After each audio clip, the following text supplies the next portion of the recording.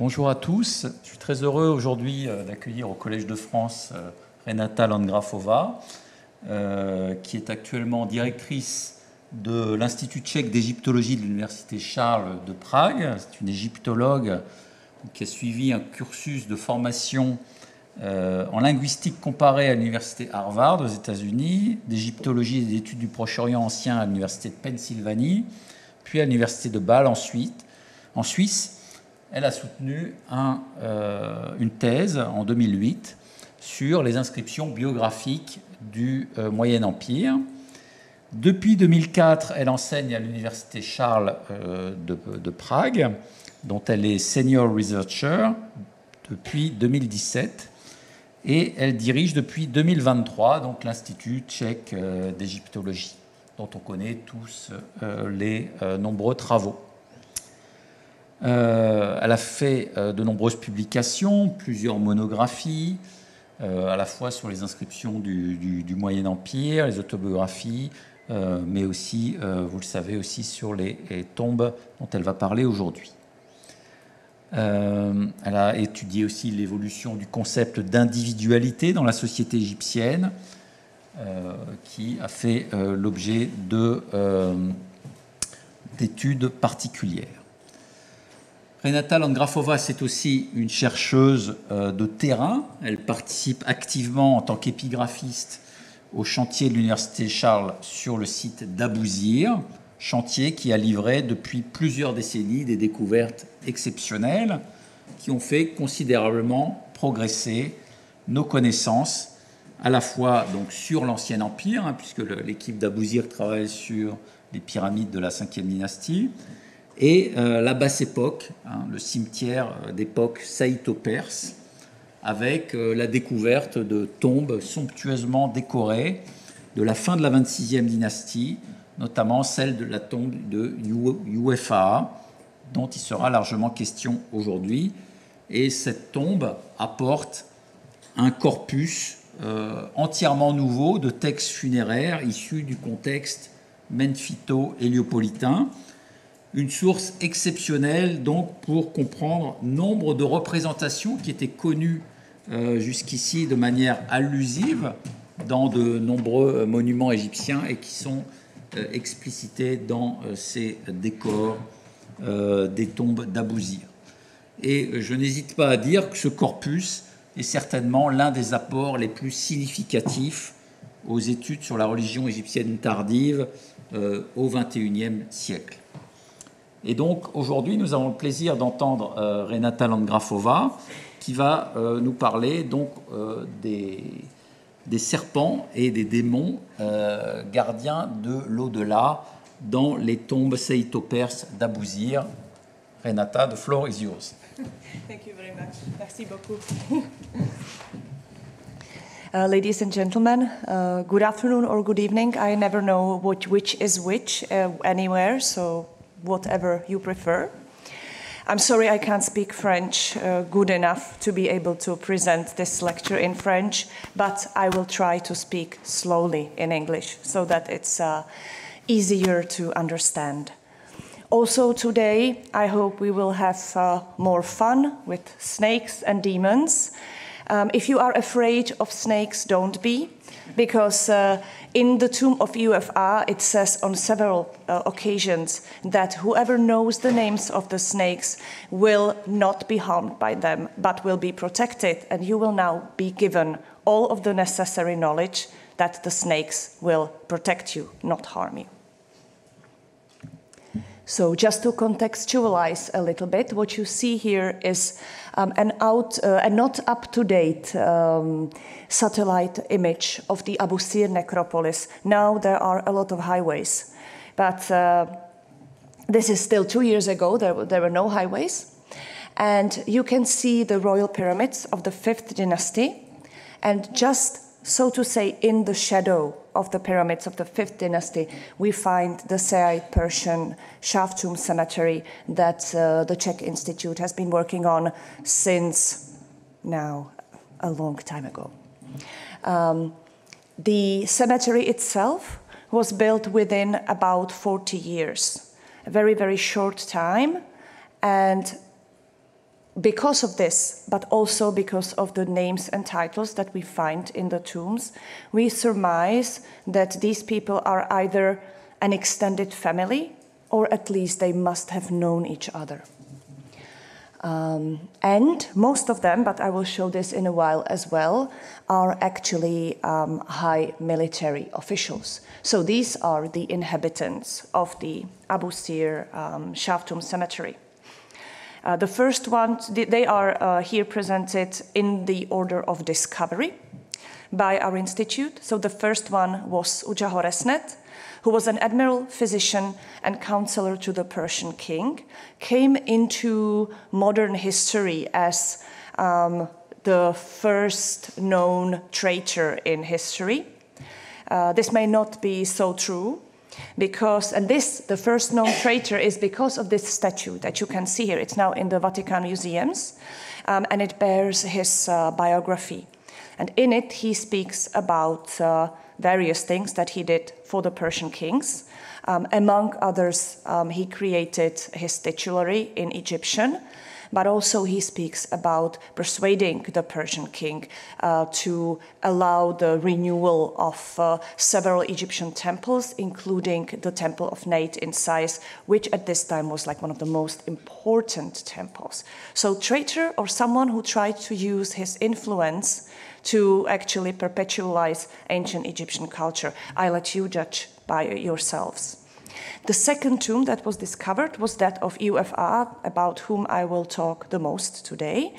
Among these military officials, Iufaa is only bearing priestly titles. He has a title of Wab priest, he has a title of Cherephut Nate, which we don't know exactly what it meant. At some time, Egyptologists thought that this may have been the high priest of Nate, but if this is true, then there would have to be several ones at the same time, which is kind of not possible. So probably not, still a high priestly title.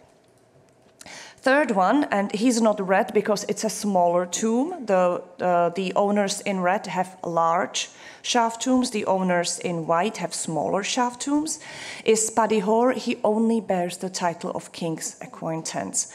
Now, this does not mean that he didn't bear any other titles. This is the same. This is true for also the other inhabitants of the Abusir shaft tombs. The problem is that if you go back in your mind to the satellite image, most of these tombs have very little in terms of superstructure, definitely very little preserved in terms of superstructure. So they were kind of, they had the pyramids above themselves, and the tomb, the decoration, everything was down below. Where we have some remnants of superstructure preserved, it has more titles than we actually find down below in the tomb. But in case of Padihor, absolutely no superstructure has been preserved. We don't know even if there was one. Something must have been there, but how big, how decorated, we have no idea. In Menekhibnekau, we actually did find remnants of a large superstructure made of beautiful white limestone blocks. It bears a lot of scenes that resemble scenes that can be found in the nearby Saqqara necropolis, very much inspired by Old Kingdom tombs, by scenes in Old Kingdom tombs, and a lot of titles of Menekhibnekau. In case of Menekhibnekau, though, we do find the titles also in one line within the burial chamber itself. The last but one tomb discovered at the cemetery was that of Wahibre Merinate, who was a commander of Greek mercenaries, or some foreign mercenaries. Greek is not certain. And his tomb is huge, the biggest at the entire necropolis, but largely unfinished. There is even no real burial chamber. It's more like a burial shaft, therefore no decoration. A chamber was probably planned because we found huge limestone blocks, but only these blocks, no decoration, not really arranged in any way that it would make the burial chamber. He had two sarcophagi, an outer and an inner one, and on the outer sarcophagus we did find this military title. The last one, that we discovered was Jehuti-Emhat, another smaller tomb, and he bore the titles of king's acquaintance and royal scribe. So I will only speak about the ones that you can see at the moment, because, as I said, in case of Ujjaho-Resnet as well, but also Wahib Remerinate, there is very little decoration preserved. And in case Padihor has basically kind of standard decoration that you would expect in a shaft tomb of this time. On the picture here, you just see this is a view from inside of the mummification deposit of Wahib Remerinate. It's the largest mummification deposit ever found in Egypt. The second one is Menekhibnekau. And this is just one picture of many of the way this mummification deposit was arranged. It was arranged in clusters of these huge vessels in a kind of spiral way from bottom to up. So very, very interesting. Also, it kind of tells us how they deposited it, and it should tell us more about how they worked with the mummification deposit. Unfortunately, our colleague Květa Smolariková, who worked on the pottery of these mummification deposits, died last year, so we now are passing the work to other people. So it's the full publication will take a little bit more time. So we will start with the smallest tomb, and that is Jehuti-Emhat. And we'll start with Jehuti-Emhat because it's the easiest one in terms of snakes and demons. Here you can see the entrance to the burial chamber at discovery. And the burial chamber, soon after discovery, still not fully cleared, still with remains of Jehuti-Emhat. Also with the note this is the hole that thieves made in order to get into the tomb and fully loot it. We did find the full decoration, but almost nothing in terms of burial equipment, because that was taken away by thieves in antiquity. Well, probably in Coptic times, because not here, but in the tomb of Wahib Remerinate, they actually left behind a large vessel for water and small drinking vessels. And those Květa still has dated them to Coptic times. So they left a signature, so to say. Probably the same thieves everywhere. So here in Jehuti-Emhat, we have on the northern or entrance wall, this is of course a orthophoto map, you can't make a picture like this in the tomb. Don't ask what this is, I have no idea. And if any of you have any idea why this is there, this is like down below, this is floor level of the burial chamber. And this is already the entrance is quite small. This is something a normal person can't crawl through. It's very small, kind of weird window. We have no idea what it's doing there. But this entrance wall bears a sequence of anti- or serpent spells from the pyramid text, which unfortunately broke the theory of Ramadan Hussein, who, when he was working on these serpent spells, he said no two Saite-Persian shaft tombs have the same sequence. But Jehuti-Emhat has exactly the same sequence as one of the sequences in Ptolemaic the physician. So, you know, nothing is ever certain in ancient Egypt. Nothing is ever certain in ancient Egyptian texts and tombs. And this is one of the theories that once again was disproven by a new discovery. And these serpent spells are actually here in Jehuti-Emhat exactly when they are supposed to be in the shaft tombs of Saite-Persian period. That is guarding the entrance, because they had a dual function. One was their content, and their content describes all the possible ways in which an ancient Egyptian could meet a serpent, all the possible ways in which he could be endangered by a serpent, and kind of neutralize the danger of these serpents.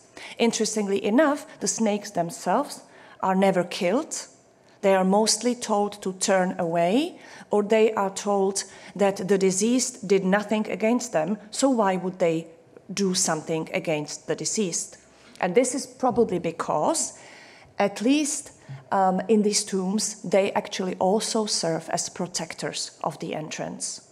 So anything that would come through the entrance is actually neutralized and guarded by these serpents. Unfortunately, as you have seen on the last picture, in the tomb of Jehuti-Emhat, they only worked as guardians against archaeologists because the thieves came through the ceiling where there were no snakes. The body of Jehuti-Emhat lay within a stone sarcophagus with no coffin. It's a kind of coffin-like sarcophagus because these goddesses of the West you normally see on the bottoms of coffins, not on stone sarcophagi. And she protects him as a kind of mother goddess inside. This is also an photogrammetry image. And in order to get to it, our wonderful photographer had to get through a hole which was this big. This is all there is. This is another of the holes made by thieves. They took the entire mummy of Jehuti-Emhat out, didn't leave almost anything inside, and so we had to clear it through this and make images through this tiny hole. If you want to work in Egypt, you have to be very ingenious because there are many challenges presented down below the surface of the earth. Now, let's go to the next tomb, that is Menekhibnekau. Menekhibnekau is just next to the tomb of Jehuti-Emhat. And Jehuti-Emhat, when I first entered the burial chamber of Jehuti-Emhat, I actually felt like I was entering a miniature Menekhibnekau. It looks almost exactly the same, only it's much, much smaller. You will probably not be able to read much on these images. I just put them here because these are the same, not exactly the same, but the same sequence of serpent spells that guard the entrance of the tomb of Jehuti-Emhat. Here they are located on the outer side of the outer sarcophagus, behind the head of the mummy. So they guarded the head of the mummy. And that was not even at the entrance, that was facing the entrance. This all because Menekhibnekau found another set of guardians of his entrance. Here you can see a little bit of the entrance. And this is part of the sequence out of which I've cut one image here. This is the favorite image of children when I do lectures for children. They love this because the first demon who is sitting there, or protector deity, he's called the one who eats the excrement of his buttocks. And of course, little children love things like this. So interestingly enough, though, this also tells us a lot about how the Egyptian observed the nature around them, because this guy has got the head of a turtle or tortoise. I never know which one is which. But anyway, these animals are actually coprophagous, so it makes perfect sense that he is called like this, because the turtle actually does this. This is the chapter 144 from the Book of the Dead, which describes the 7 gates of the underworld with their guardians. And once again, this at the same time gives Iufaa the necessary knowledge to pass through these gates, but also any thieves without this knowledge would not be able to pass through the gate into the tomb. Once again, the Coptic thieves were clever and entered through the ceiling. So this is, again, only protection against archaeologists.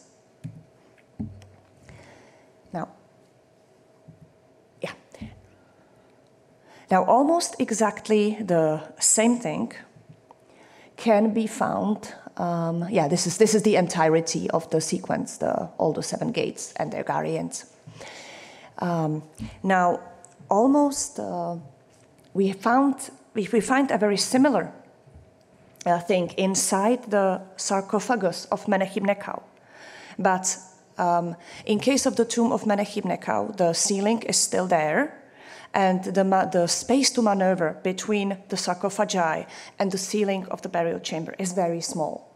So in order to get into the sarcophagus and to document all of the text that we in any way can get to, our photographer, once again, has to devise such ingenious tools. This one is actually a toy car from a toy shop, a selfie stick, and of course this kind of silver tape, which I think all of you who've ever worked in Egypt know very well, because it kind of holds together everything. At that time, it was Miroslav Barta who was leading the expedition, and when we came to him after one weekend and gave him a receipt for a selfie stick and a toy car, he really refused to reimburse us. But then we showed him this, and he was persuaded. Of course, if the space is big enough, you just crawl inside. This is my colleague Dana Bielohopkova, and read the text as they are. Of course, shouting the Gardiner numbers of the signs out to another person, because you can't write anything. Sometimes we have quite ingenious names for these signs, because of course a her can be like about 3 different signs. So the face we call Obama because it looks like Obama.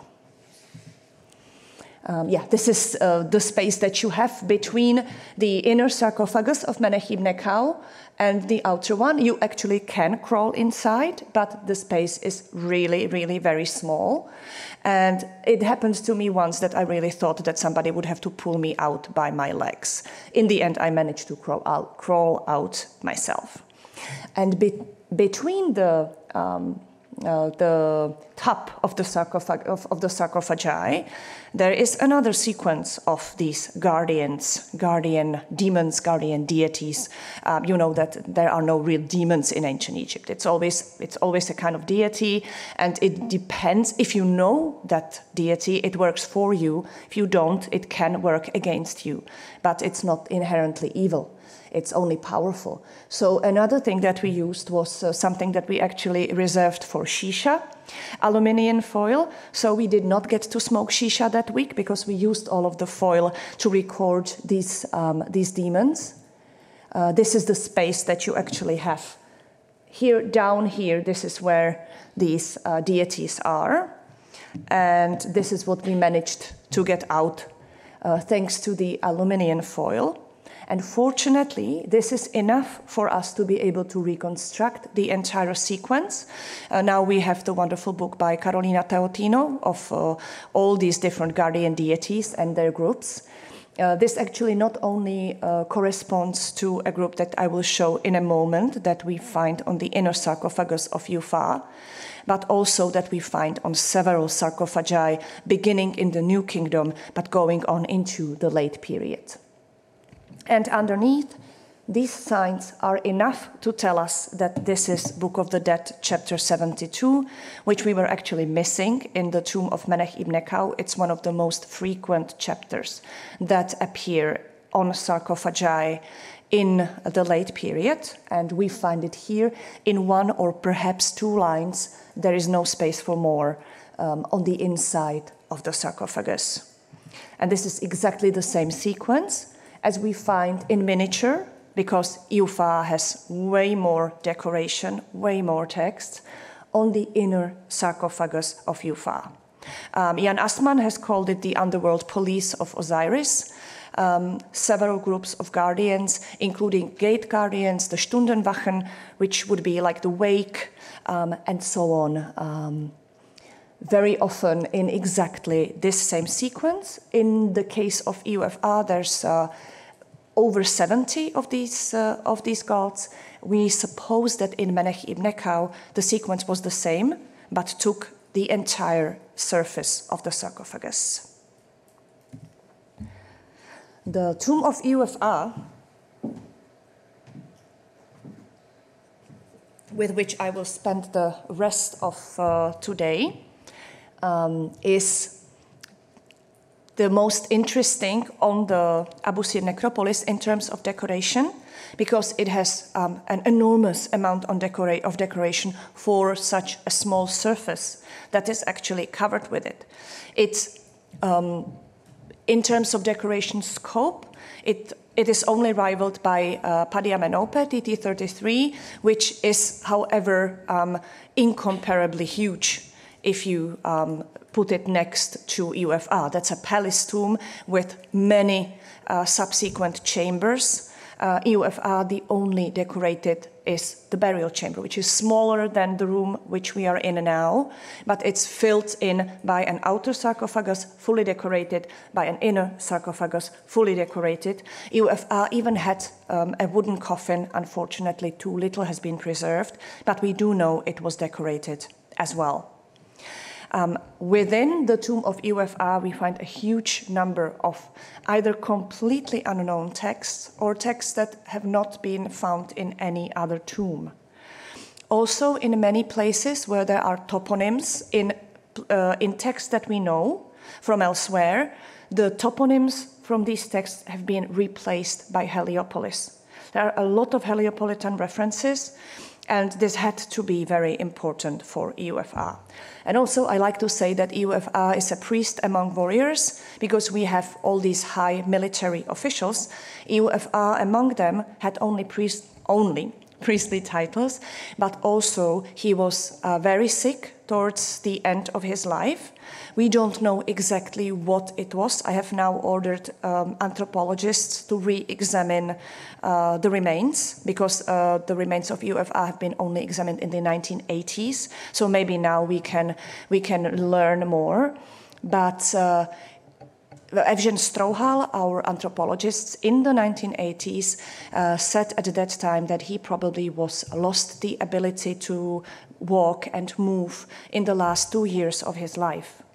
So he was not even material for high military commander, but he had these very high priestly titles, and we will see some other things that also probably connect him, at least maybe in the early stages of his career, with the military niveau. When I spoke about the size of the burial chamber, this is the burial chamber of Iufaa with a me for scale. There is no ceiling at the moment. It collapsed during excavation. Fortunately, the ceiling was not decorated, and nothing from the decoration of the tomb was lost. These shaft tombs, they are dug in the so-called tafla, which is a very brittle rock, especially when it is exposed to sun and dries out. It's very dangerous. Nothing has fallen on us since. Nobody was hurt at the time when a bit of tafla fell on the ceiling of the tomb of Iufaa. And in the end, fortunately now, we have a huge construction over the sarcophagus and over the burial chamber of Iufaa, so it's quite easy to work there. And in a way, we also use the tomb as a photographical laboratory sometimes to make pictures. So there, in the burial chamber of Iufaa, as I said, there are a lot of new and unusual texts. Those of you who work with ancient texts know that it's, on the one hand, it's a complete dream to find a new, unknown text, but it can quickly turn into a nightmare when you have nothing to compare that text with, and the text is, as it is unfortunately often the case, very faulty. So in the northern and on part of the eastern wall, we have one complete version of the purification ritual. Another version adopted for the king, probably at coronation, we know from the Berlin Papyrus 13242. Also, we have some fragments, and I will talk more about this tomorrow, about this ritual. On the south wall, there are texts known as laboratory texts from Ptolemaic temples that are devoted to ointment making and similar, and they are followed by a version of a mummification ritual. There are not the embalming ritual, which is known from papyri. This is a text, again, to which I have been able to identify no parallels, but they return the individual members of the body to the deceased, and at the same time they equip them with amulets, and these amulets are depicted in the middle of the ritual, and they probably are those that are actually drawn on little pieces of linen. So it's a kind of ritual that gives these linen pieces as amulets to the mummy in making.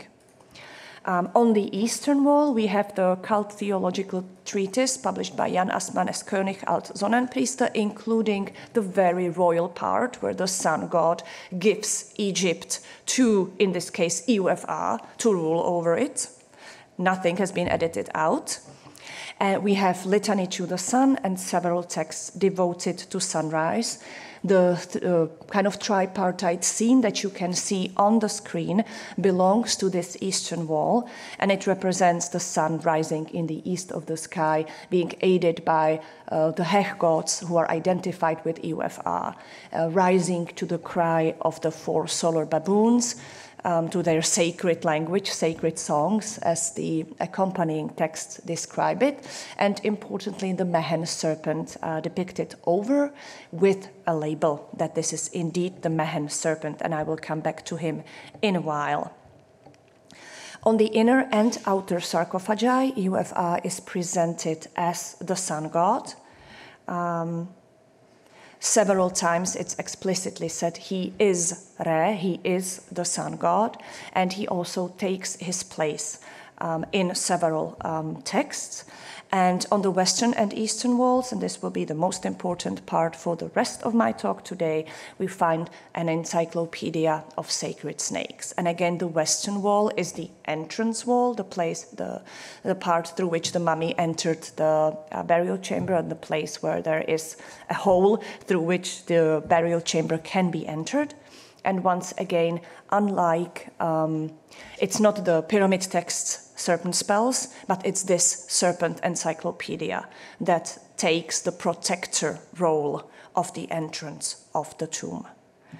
But firstly, Iufaa as sun god, within his sarcophagus, the inner sarcophagus, Iufaa is actually encircled by the 7-headed Mehen serpent, described both as Mehen and Ashaheru, exactly as the solar Osirian mummy in the 6th hour of the Amduat.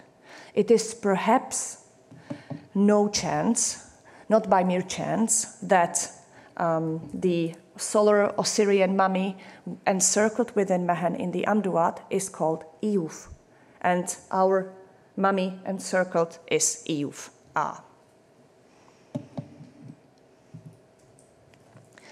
This is a field drawing. It's not the complete drawing that we are now having this all redone. The field drawing of the western wall of the burial chamber of Iufaa. This is the entrance. This is the entrance part. And around it, just like in the case of that we've seen in Jehuti-Emhat, and that's kind of the norm for the tombs of this time, we find serpents guarding it. But here it's very different serpents.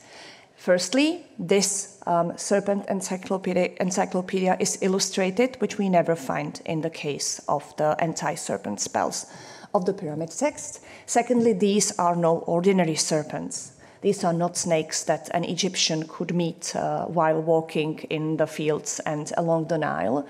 As they are described, they are huge. Very often they cannot be seen. They reside sometimes in the sky, sometimes in the underworld, but many of them have a herita, an earthly form. And at the end of this lecture, I will dare speculate what this earthly form may have been. But the divine form of these snakes is really absolutely huge. So it's something that could not have been met in reality. To the encyclopedia on the western wall belong 2 texts with their associated images on the eastern wall. Mehen, here, the serpent guardian of the sun god, labeled as such and provided with another version of the same text that he has as Mehen on the western wall, and Tutu, the lord of demons, as he is sometimes described, the son of Nate, and the god that can actually call together the the Jaisu or Chesu, or however they are called, the arrows of Nate, these demonic powers that rise at the end of the year and spread chaos and disease through Egypt and have to be neutralized in the beginning of the new year. And here, Tutu is described as a snake. As for this snake, it is a snake that has the body of a lion and head of a man, and his tail is a snake. But he is called a snake. I like to say that he is read from left to right. So he's treated as a serpent, as another of this serpent encyclopedia. Probably he is one who has also power over these huge serpents that also come out at Wepet Renpet in the beginning of the new year. So just to have a look at few of them, all of these entries of the snake encyclopedia, as we called it, are put together in a similar way. They have an image. Most of them begin, as for this snake, it is a snake that is, and then a description of the snake follows. Then the text says how the snake should be worshipped, when and where the snake can be met. This one, Nis imiu nebisen, or the one who summons those who are in their fire, written in nice Ptolemaic with a cat. So Nis miu. Actually, it still appears in LGG as the tomcat who calls those who are in their fire, because until Iufaa, this was the only version of this snake that was known to Egyptology. That's from the Jumelak papyrus, from this local theologies. And it's exactly the same. Only what is very interesting is that in Iufaa, this guy is the most important, and these are deities that follow him. And if you look at the vignette from the Jumelak papyrus, the snake is this tiny thing, and these are the gods that follow him. So apparently they are here much more important. And the citation, the labels that can be found on the vignette of the Jumelak papyrus are actually quoted or appear as part of the text that describes the Nis imiu nebisen in the tomb of Iufaa. So all of these labels that here look like they maybe refer to this guy here and this guy here, no, they refer to this serpent. Then we have this guy for whom we have absolutely no parallel, and we like to call him the basilisk, just because we like it. There's no other reason. He has 4 hands in the front, 4 feet at the back, 4 wings, the Egyptian text says like those of locusts, and 2 heads of a turtle. So sometimes we organize contests for secondary school students, like art contests, to be inspired by our work. And this is my all-time favorite that we got. This is actually made by a secondary student who read our Czech translation of the text and drew the basilisk according to the text. So yes, he is striped like this in the Egyptian description. I like the turtle heads. And the size of him is a kind of ancient Egyptian absolute numbers. It's all the numerals in 3. So it's 3,333,000 and so on and so forth. It's difficult for me to count in English, but this huge number. So this is our basilisk.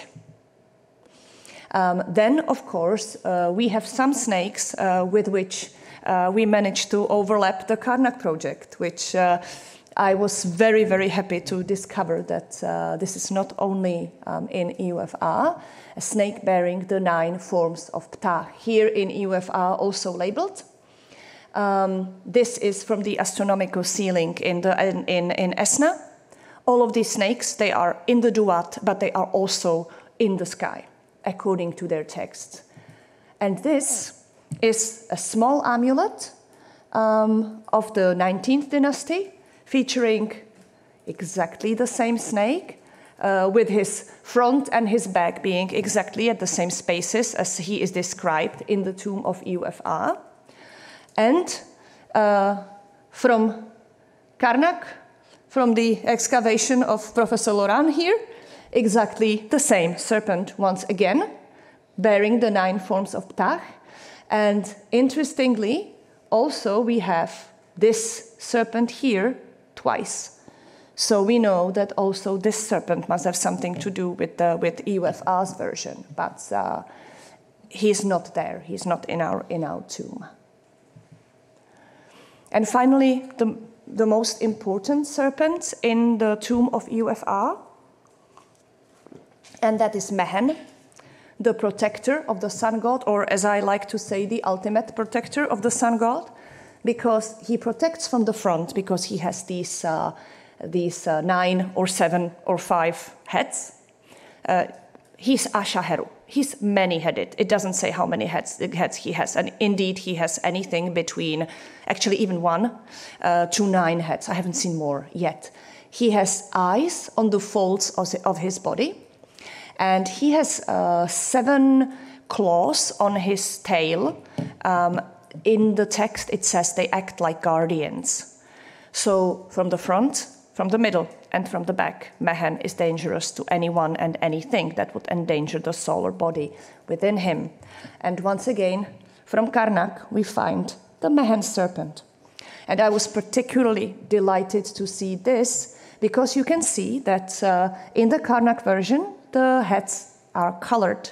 First one is black, then the 2 are, I don't know if it's white or something, but these are red, these are yellow. And the accompanying text to our Mehen actually says that his first head is made of black eye paint. These 2 are red, and these 2 are of gold.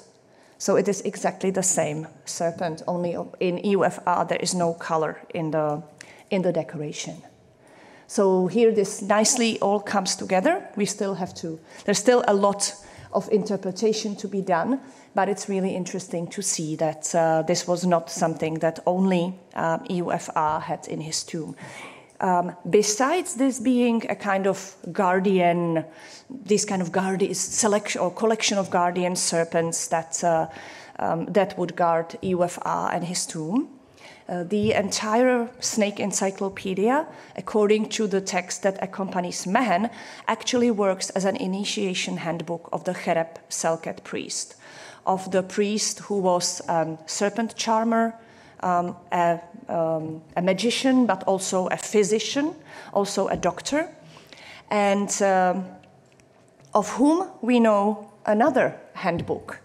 And that is the so-called Brooklyn Snakebite Papyrus, or the Traité d'Ophiologie, as it was published. And this one, this comes approximately from the same time as Iufaa. Unfortunately, we don't know where it comes from. It has been conjectured by several Egyptologists that it may come from Heliopolis, which would nicely connect it to the Heliopolitan connection of Iufaa. And it describes the real serpents that an Egyptian could meet, the effects of their bites, and how, or if at all, the Cherep Selket should be treating them. In some of these cases, say, well, you let him be because he'll die anyway, no matter what you try. Sometimes it gives real treatments, sometimes it gives magical treatments. The real treatments very often include emetics, so to purge the poison out of the body. Of course, when selecting a snake from the real snake encyclopedia, the F had to be the one I would choose, because all Egyptologists know this snake very, very well. So there are 37 snakes described in this real-life encyclopedia. Only 24 of these are preserved. The first part is really a kind of encyclopedic work. The second part then gives all these various remedies and magical incantations and other things. This is how it is structured, and many of these entries of the first part are actually structured exactly the same as the encyclopedia of Iufaa. It says Iufaa, as for the fee snake, but often it also says pen, as for this snake, and then it gives a description of the snake, which in this case it's very precise. It's got a huge head and a small neck, and its color is like that of a quail chick, and you can compare yourselves whether the Egyptians were good observers in terms of color. So this is the fee snake in the Serpent Encyclopedia. So these are kind of parallel handbooks of the Cherep-Selket priest. One on the papyrus is a compendium of real-life knowledge about snakes that the priest would meet. And in Iufaa's tomb, he's got a collection of sacred serpents that would come out towards the end of the year and had the power to protect Egypt. Now these, however, had their earthly forms, and when I was wondering what could these earthly forms be, because very often there is some inspiration for such creatures. Think about medieval dragons; they did not come out of our heads. And the Cherep-Selket priest has, throughout Egyptian history, another important role, and that was he accompanied expeditions into the desert, would desnake places where the expedition would camp. In Dar al-Medina, they would work in the royal cemetery, desnaking the tombs or the sites where the tombs were to be. So they would go out with military expeditions, with mining expeditions, also with people who would work on tomb sites and would clear all of these out of snakes. So they were there in the deserts. This, by the way, connects even Iufaa as a priest to his military neighbors on the cemetery. As a Cherep-Selket priest, he would be one that would actually accompany the military. But also a Cherep-Selket priest was in prime position to see these, for example, these fossils inside the desert. This is now pure speculation to have fun at the very end. But I was there in the so-called Whale Valley, and when you see these whale skeletons, you actually have a feeling that you are looking at a snake with feet and hands. We know from the reports of ancient Greeks that there were fossils out in the open in ancient Egypt. So maybe a Cherep-Selket had a chance to see something like this. And out of an encounter in the desert, our beautiful basilisks and serpents like this rose. Be it as it may, they guarded our inhabitants of the Abusir necropolis well, guarded their stay in the afterlife up until we came, excavated them, but I always get asked whether I'm afraid that we actually enter the tombs of these people, take them out, study them. And then I always say no, because all of these ancient Egyptians said they wished that their name would last forever. And we keep on repeating their names over and over again, not only in Egypt, but would Iufaa think that his name would be repeated so many times in Paris today? So I'm not afraid. I think if he's up there somewhere, he will once speak for me. Thank you very much for your attention, and have a wonderful evening.